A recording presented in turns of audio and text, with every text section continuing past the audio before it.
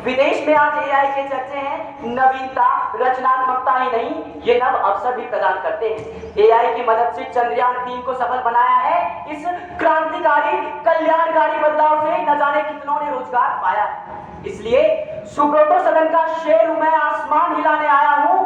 सुब्रतो सदन का शेर हूं मैं, आसमान हिलाने आया हूं।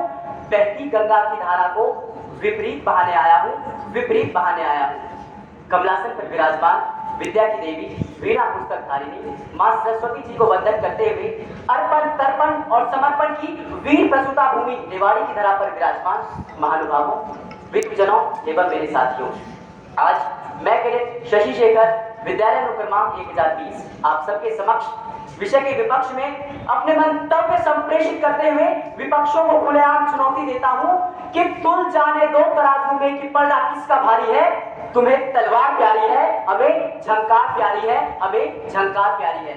मान्यवर, आधुनिक संसार एक विशालकाय घोर भरी दुनिया जिसमें किसी के पास समय नहीं है। एक ऐसा विश्व जहां श्रम से अधिक कौशल की महत्ता है। ऐसी स्थिति में आवश्यकता आन पड़ी एक ऐसे साधन की जिसके माध्यम से पुनरावृत्ति वाले श्रमिक कार्यों पर समय बचाया जा सके, जिसने जन्म दिया आर्टिफिशियल इंटेलिजेंस यानी कि कृत्रिम बुद्धिमत्ता को।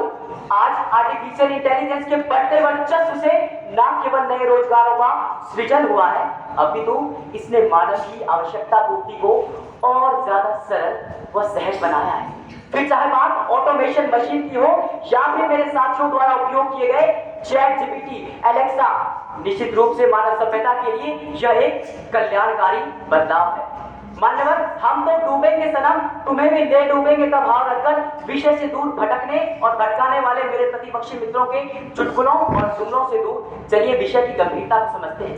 अभी अभी मेरे प्रतिपक्षी मित्र ने आर्टिफिशियल इंटेलिजेंस को घटते रोजगार का कारण बताने का प्रयास किया, किंतु मैं कहना चाहूंगा कि अरे आईना जब भी उठाया करो पहले खुद देखा करो, फिर दूसरों को दिखाया करो, और गलतियां जब दूसरों की गिनाया करो तो पहले खुद के गिरेबान में झांक कर आया करो, खुद के गिरेबान में झांक कर आया करो।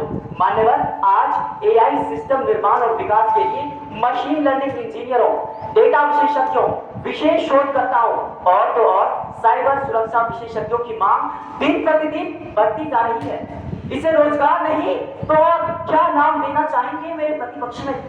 मान्यवर, मैं भी यह मानता हूं और इस बात में कोई संदेह नहीं कि एआई के आने से मौजूदा नौकरियों में बदलाव आया है, किंतु एआई भविष्य में चिकित्सा के क्षेत्र में स्वास्थ्य डेटा विश्लेषकों और कृषि के क्षेत्र में एग्रो टेक्नोलॉजिस्ट और तो और शिक्षा के क्षेत्र में शिक्षा विश्लेषकों जैसे उच्च कोटि के रोजगार को बढ़ावा देता है। इसलिए एआई को घटते रोजगार का जिम्मेदार ठहराना अनुचित ही नहीं बल्कि अनुचित व तर्कहीन सा लगता है। मेरे प्रतिपक्षी मित्रों, मत भूलिए कि परिवर्तन इस संसार का नियम है, और जब मनुष्य ने परंपरावादी लीग से हटकर कुछ अलग किया है उसका विरोध तो हुआ है। इतिहास साक्षी है, जब इंटरनेट भी अपने प्रारंभिक चरण में था तब भी कुछ लोगों की ऐसी नीच सोच और विकृत मानसिकता थी कि इंटरनेट सारी नौकरियां खत्म कर देगा, लेकिन इंटरनेट ने भविष्य में अवसरों के कहीं अधिक नए दरवाजे खोले और इससे असंख्य रोजगार को बढ़ावा मिला। किंतु सब कुछ प्रत्यक्ष होने के बावजूद मेरे प्रतिपक्षी मित्रों को प्रमाण की आवश्यकता है।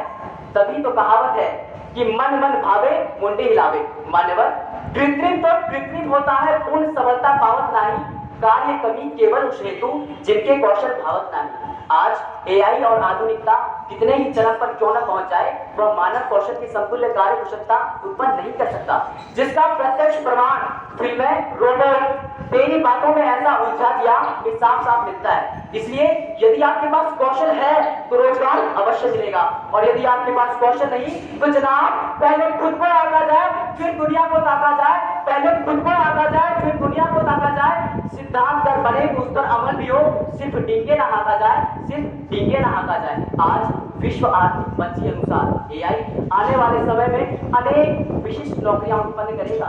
इतना ही नहीं, इंडिया एक्सप्रेस द्वारा दिए गए रिपोर्ट के मुताबिक एआई भारत में 2025 तक लगभग 20 मिलियन नई नौकरियां उत्पन्न कर रोजगार में तीव्र उछाल लाएगा। तभी तो माननीय प्रधानमंत्री श्री नरेंद्र मोदी जी ने रेस 2020 की एक मीटिंग के दौरान एआई की प्रशंसा करते हुए भारत को एआई में ग्लोबल हब बनाकर उसे सकारात्मक दिशा प्रदान कर उसके गलत इस्तेमाल से दुनिया को बचाने की बात की।